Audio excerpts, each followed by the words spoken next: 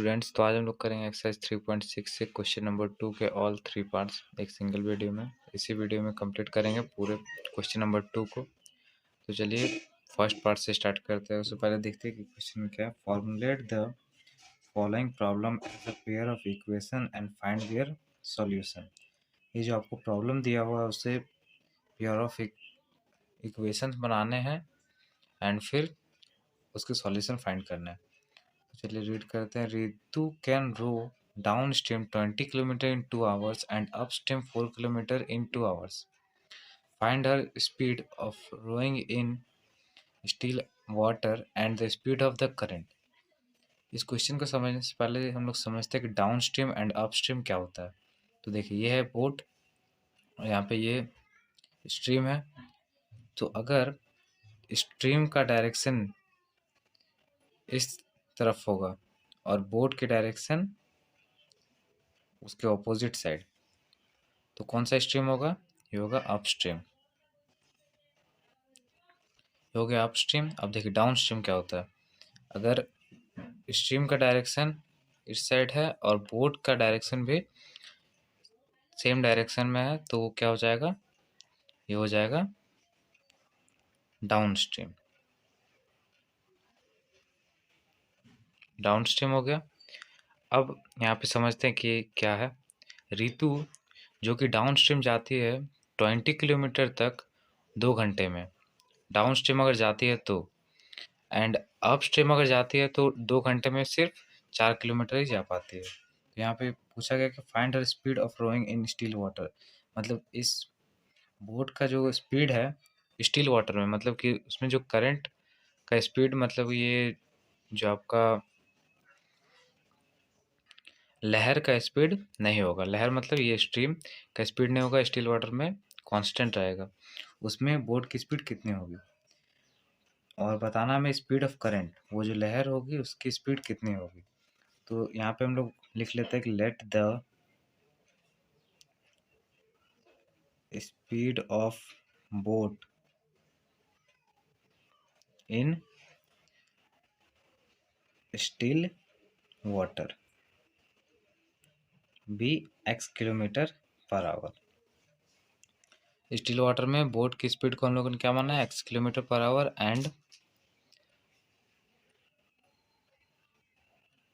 Speed of the current be y kilometre per hour. तो इसको हम लोगों ने माना है y किलोमीटर पर आवर। तो अब देखिए speed in still water x kilometre per hour and speed of current y kilometre per hour. तो जो स्पीड ऑफ बोट होगी, speed of boat in upstream, upstream में बोट की स्पीड कितनी होगी and speed of boat in down stream ये कितने हो गए? देखिए डाउन स्ट्रीम में स्पीड ऑफ बोट अगर इस साइड है इसकी डायरेक्शन, तो फिर स्ट्रीम की भी डायरेक्शन उसी की तरफ है, तो दोनों की स्पीड क्या होगी? ऐड हो जाएगी, x plus Y. Speed of boat plus speed of stream दोनों ऐड हो गई। एंड अप स्ट्रीम में दोनों की डायरेक्शन ऑपोजिट है, इसलिए क्या हो जाएगा? x minus Y. अब इस पे बस इस फॉर्मूला पे आपको पुट करना है, speed equals to distance by time in case of upstream. Upstream up stream में स्पीड कितना क्या था? x minus Y. तो x minus Y equals to distance. देखिए क्वेश्चन पे आइए। अपस्ट्रीम में डिस्टेंस कितना ट्रेवल करना था? 4 किलोमीटर एंड 2 आवर्स। तो यहाँ पे देखिए 4/2 हो जाएगा। तो x माइनस वाई कितना आ गया? ये आ गया 2। ये आ गया हमारा इक्वेशन 1। एंड देखिए इक्वेशन 2 लाते हैं नेक्स्ट पेज पे। अब देखिए डाउन स्ट्रीम में स्पीड क्या था? x प्लस वाई और डिस्टेंस कितना था? 20 किलोमीटर एंड टाइम था 2 आवर्स। तो यहाँ पे ऐसे इसको कट करेंगे तो ये 10 हो जाएगा इक्वल्स टू 10। तो ये हो गया x plus Y equals to 10। ये हो गया इक्वेशन 2। तो अगर आप यहाँ से ध्यान से देखेंगे तो x जो वेरिएबल है वो एलिमिनेट हो सकता है सब्ट्रैक्ट करने पे। तो यहाँ पे लिखेंगे subtract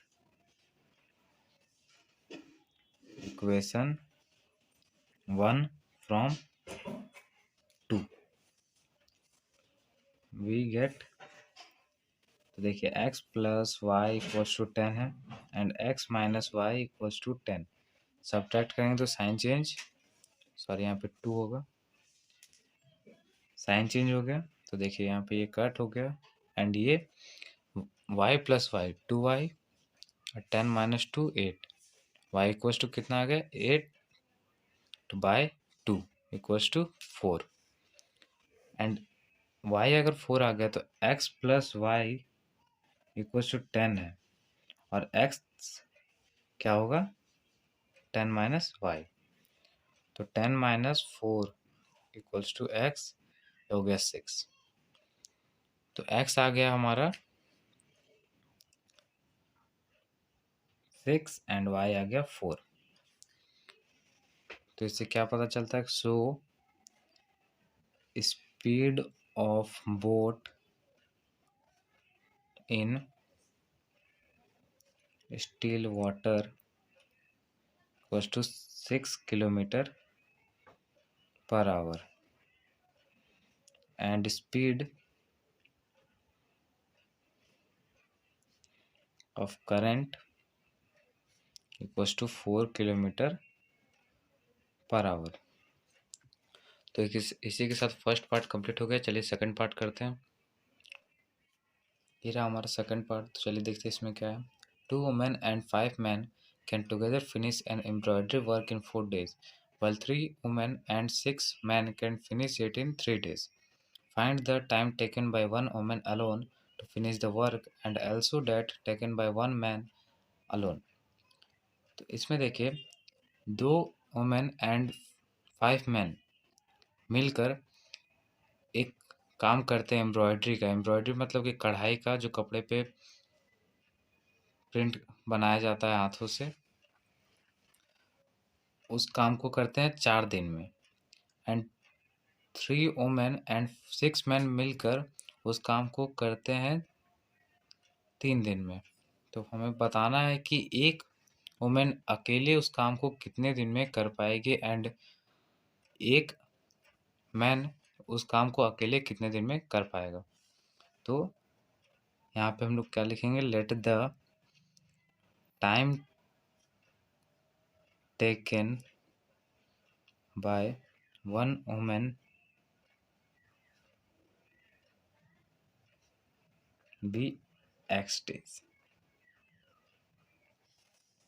and time taken by one man be Y days। तो टोटल जितना भी टाइम लगेगा एक वुमेन को उस काम को कंप्लीट करने में, उसको हम लोगों ने X डेज मान लिया एंड मैन को जितना भी टाइम लगेगा उसको हम लोगों ने Y डेज मान लिया। तो अब देखिएगा क्या करेंगे। अब हम यहाँ पे लिखेंगे कि work in 1 day by 1 women and यहाँ पे लिखेंगे कि work in 1 day by 1 man. तो अगर उस काम को पूरा कंप्लीट करने में एक वुमेन X डेज लगाती है तो एक दिन में कितना काम करेगी? एक दिन में वो काम करेगी 1/X part of whole work and ये करेगा 1/Y। अगर ये आपको समझ में नहीं आया तो देखिए एग्जाम्पल, अगर किसी काम को करने में 7 डेज मान लीजिए लगते हैं, 7 डेज, तो अगर आपसे पूछा जाए कि उस काम को करने में 7 दिन लगा तो एक दिन में जिसने भी इस काम को किया है तो एक दिन में उसने कितना काम किया होगा? तो एक दिन में उसने 1/7 काम किया होगा। तो इसी तरह से एक दिन में 1/7 किया एंड 7 से मल्टीप्लाई करते तो ये 1 हो जाता है। इसका मतलब कि 7 डेज में वो वर्क कंप्लीट हो गया। तो इस हिसाब से वर्क इन 1 डे क्या होगा 1/X and work in 1 day by 1 man 1/y। तो अब देखिए क्या करेंगे। अब यहाँ पे हम करेंगे कि एक दिन में एक वुमेन ने 1/x काम किया, तो इस वाले केस को देखेंगे कि 2 वुमेन कितना काम करेगी। तो 2 वुमेन करेगी 2 इंटू 1/x, तो हो जाएगा 2/x प्लस 5 मैन कितना काम करेगा। अगर एक 1/y किया तो 5 मैन करेगा कितना, 5/y।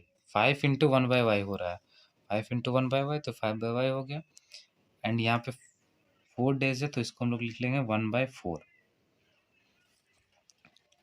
अब देखिए इसको अगर सॉल्व करते हैं तो इसे सॉल्व करने से पहले पहले हम और एक लिख लेते हैं इक्वेशन। इस वाले में देखिए while 3 women and 6 men can finish it in 3 days, इसको लिखेंगे देखिए 1 woman 1/x एंड 3 women कितना हो जाएगा 3/x प्लस 6 men कितना हो जाएगा 6/y इक्वल्स टू 1/3। अब इसे नेक्स्ट पेज पे सॉल्व करते हैं। देखिए कुछ इसी तरह से आया हुआ था पिछले स्लाइड में, 2/x plus 5/y equals to 1/4 and 3/x plus 6/y equals to 1/3। तो अब इसे कैसे सॉल्व करेंगे, ऐसा हम लोगों ने पिछले क्वेश्चन में सॉल्व कर किया है।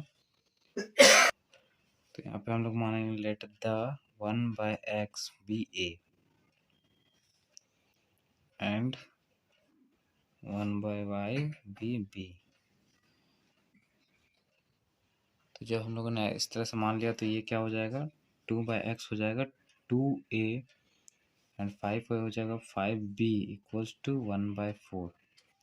इसको मल्टीप्लाई कर देंगे इस साइड तो ये हो जाएगा 8a plus 20b equals to 1। Equation 1 हो गया। इसी तरह से अगर इसको देखते ये 3/x plus 6/y equals to 1/3। तो 3/x क्या हो जाएगा, ये हो जाएगा 3a plus 6b equals to 1/3। 3 को मल्टीप्लाई करेंगे उस साइड तो 9a plus 18b equals to 1। ये हो गया इक्वेशन 2। अब यहाँ पे हम लगाएंगे सब्स्टिट्यूशन मेथड। तो देखिए यहाँ पे सॉल्व करेंगे by solving equation 1 we get. Equation 1 को अगर सॉल्व करते हैं तो यहाँ पे हो जाएगा a equals to 1 minus 20b/8। तो अब इस a के वैल्यू को इसमें पुट कीजिए इक्वेशन 2 में। तो लिखेंगे putting value of a in equation 2 we get. तो 9 इंटू a तो 1 minus 20b/8 plus 18b equals to 1। अब 9 को मल्टीप्लाई करते हैं तो 9 माइनस 180b प्लस 18b। अब यहाँ पे नीचे 1 हो जाएगा तो 1। अब यहाँ पे एलसीएम लेंगे, एलसीएम लेंगे तो यहाँ पे 8 आ जाएगा एंड 9 माइनस 180b प्लस 8 इधर जाकर मल्टीप्लाई हो जाएगा तो ये हो जाएगा 6 8 8 64 एंड 8 1 जा 8 144b इक्वल्स टू 1। 8 आप क्रॉस मल्टीप्लाई कर जाएगा उधर तो 9 minus 180b plus 144b minus का 36b इक्वल्स टू 8। तो minus 36b equals to 8 minus 9 ये हो गया -1 एंड ये minus minus b equals to हो जाएगा 1/36। अब चलिए नेक्स्ट स्लाइड पे देखते हैं कि a क्या होगा। ये देखिए इक्वेशन 2, इसमें हम b के वैल्यू को पुट करके a का वैल्यू निकालेंगे। तो चलिए पुट कीजिए 9a plus 18 into B 1/36 equals to 1। तो यहाँ पे ये कट हो जाएगा 2। 9a इक्वल्स टू 1 माइनस कितना हो जाएगा 1/2, क्योंकि 1/2 राइट साइड आया इसलिए। अब यहाँ पे 2 एलसीएम 2 माइनस 1 9a। a तो यहाँ पे हो गया 1/2 एंड ए इक्वल्स टू क्या हो जाएगा 1/18। तो यहाँ पे ए इक्वल्स टू 1/18 आ गया एंड बी इक्वल्स टू क्या आया था 1/36। अब देखिए ए इक्वल्स टू क्या था 1/x और ए अगर 1/18 आ चुका है और इक्वल्स टू 1/x है तो x किसके बराबर हो जाएगा, x हो जाएगा 18 और b किसके बराबर था 1/y। तो ये हो गया 1/36 इक्वल्स टू 1/y। y कितना हो गया 36। तो इसका मतलब क्या हो गया, so time taken by one woman equals to 18 days। Time taken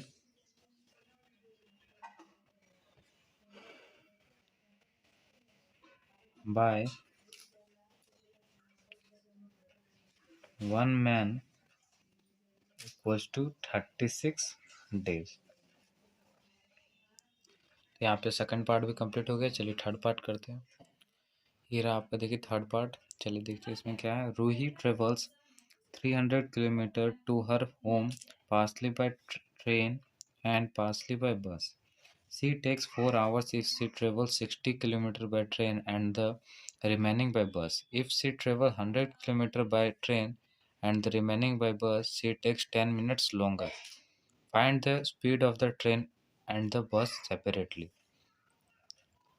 तो यहाँ पे रूही ट्रेवल करती है total 300 kilometre to her home partly by train, मतलब कि कुछ डिस्टेंस ट्रेन से ट्रेवल करेगी एंड कुछ डिस्टेंस बस से ट्रेवल करना है। तो उसे टोटल 4 आवर्स लगते हैं कब, जब वो ट्रेन से 60 किलोमीटर ट्रेवल करती है एंड रिमेनिंग बाय बस। इसका मतलब कि अगर 60 किलोमीटर ट्रेन से ट्रेवल किया है तो रिमेनिंग कितना होगा 240 किलोमीटर।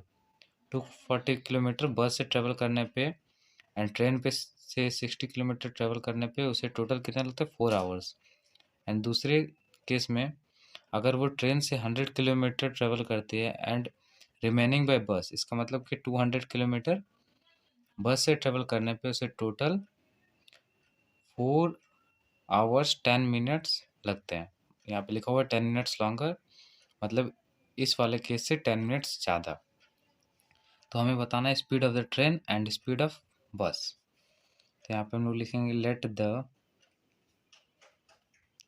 स्पीड ऑफ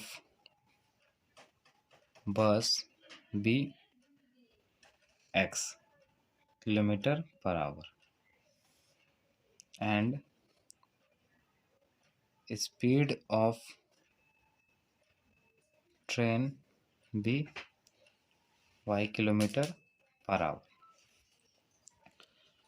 तो अकॉर्डिंग टू क्वेश्चन देखिए यहाँ पे 4 आवर्स दिए हुए हैं, तो हमें जो लिखना है वो टाइम के टर्म्स में लिखना है। और ये फार्मूला यूज़ करना है, speed equals to distance by time होता है।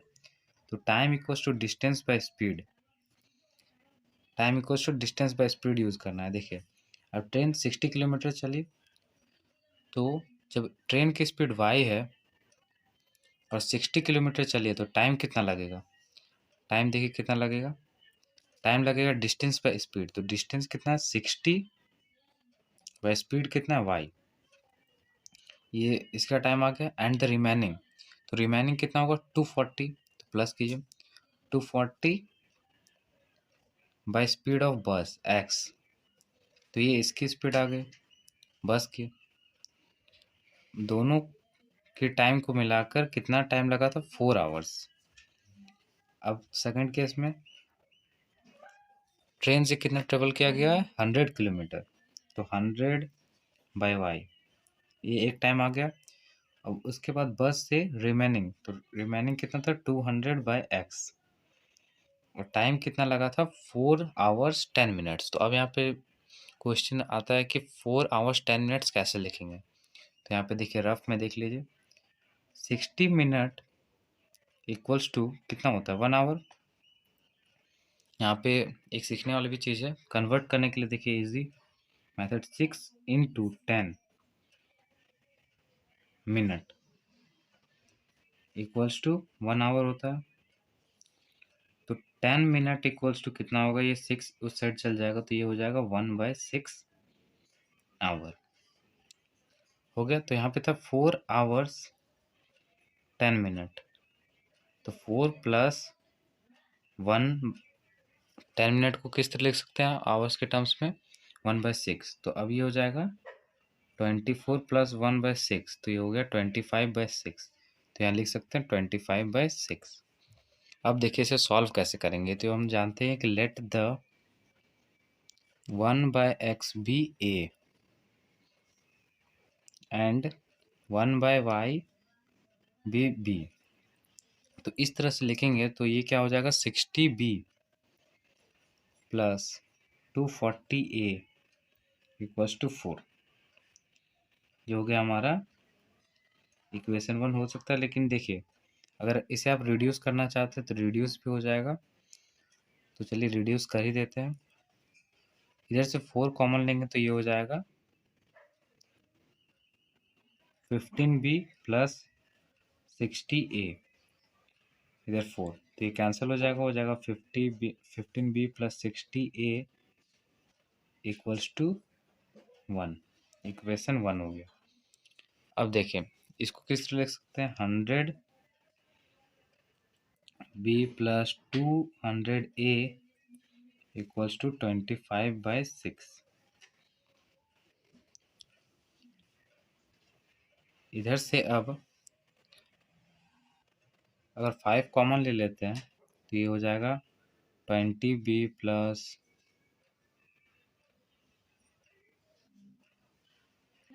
5 ने 25 कॉमन लेंगे। लेकिन नेक्स्ट स्लाइड पे लेते हैं। देखिए ये 15b plus 60a equals to 1, ये हमारा इक्वेशन 1 था। अब यहाँ से अगर 25 कॉमन लेंगे तो ये हो जाएगा 4b plus 8a equals to 25/6। यहाँ से 25 कैंसिल हो जाएगा तो ये हो जाएगा 4b plus 8a equals to 1/6। इस 6 को इस साइड मल्टीप्लाई कर देते हैं तो ये हो जाएगा 24b plus 8a equals to 8 6 जा 48a हो जाएगा इक्वल्स टू 1। ये हो गया इक्वेशन 2। देखिए दोनों इक्वेशन आ चुके हैं। तो चलिए अब हम यहाँ पे लगा देते हैं सब्स्टिट्यूशन मेथड। सब्स्टिट्यूशन मेथड लगाएंगे बाय सब्स्टिट्यूशन मेथड। तो by solving equation 1 we get, equation 1 को अगर सॉल्व करते हैं 15b plus 60a equals to 1, तो b हमें मिलता है 1 माइनस 60a बाय 15। तो अब इसे पुट करते हैं इक्वेशन 2 में। Putting equation value of b in equation 2, 24b plus 48a equals to 1 है। b के वैल्यू को पुट कीजिए तो ये हो जाएगा 24 1 minus 60a by 15 plus 48a equals to 1। तो यहाँ से 3 के टेबल से कट सकता है, 3 5 जा 15 एंड 3 8 जा 24। अब यहाँ से ये मल्टीप्लाई होगा तो 8 1 जा 8 minus 480a by 5 plus 48a equals to 1। अब यहाँ से हम एलसीएम ले लेंगे तो ये हो जाएगा 5 8 minus 480a plus 5 into 48a अगर करेंगे तो ये हो जाएगा 240a इक्वल्स टू 1। अब यहाँ पे ये मल्टीप्लाई कर देते हैं तो 8 यहाँ पे तो 5 हो जाएगा, लेकिन ये माइनस प्लस माइनस हो जाएगा तो minus 240A equals to 5। 8 minus 248A equals to हो जाएगा 5 माइनस 8। तो 5 माइनस 8 कितना हो जाएगा -3 एंड माइनस 240A। तो ए हो जाएगा हमारा 3/240। तो ये हो जाएगा 1/80। और ए जब 1/80 हो गया तो बी क्या होगा? देखिए बी इक्वेशन 1 उठा लेते हैं। 15b plus 60a equals to 1। तो ए जब 1/80 है तो यहाँ पे ए को पुट कीजिए। 15b plus 60 into 1/80। 1/80 तो यहाँ से कट हो जाएगा। 2 3 जा 2 4 equals to 1। 15b equals to 1 minus 3/4। यहाँ से ये एलसीएम लेंगे तो हो जाएगा 4 4 minus 3 15b। 15b equals to 1/4। b equals to कितना हो गया 1/60 क्योंकि 15 इंटू 4। b इक्वल्स टू 1/60 हो गया एंड a इक्वल्स टू 1/80। तो चलिए नेक्स्ट स्लाइड पे देखते हैं कि x एंड y का वैल्यू क्या होगा। अब देखिए a इक्वल्स टू क्या था 1/x and b equals to क्या था 1/y। और a जब 1/80 है तो x क्या होगा? x होगा 80। और b जब 1/60 है तो y क्या होगा? इसका रेसिप्रोकल करेंगे तो हो जाएगा y equals to 60। It means देखिए यहाँ से सो स्पीड ऑफ बस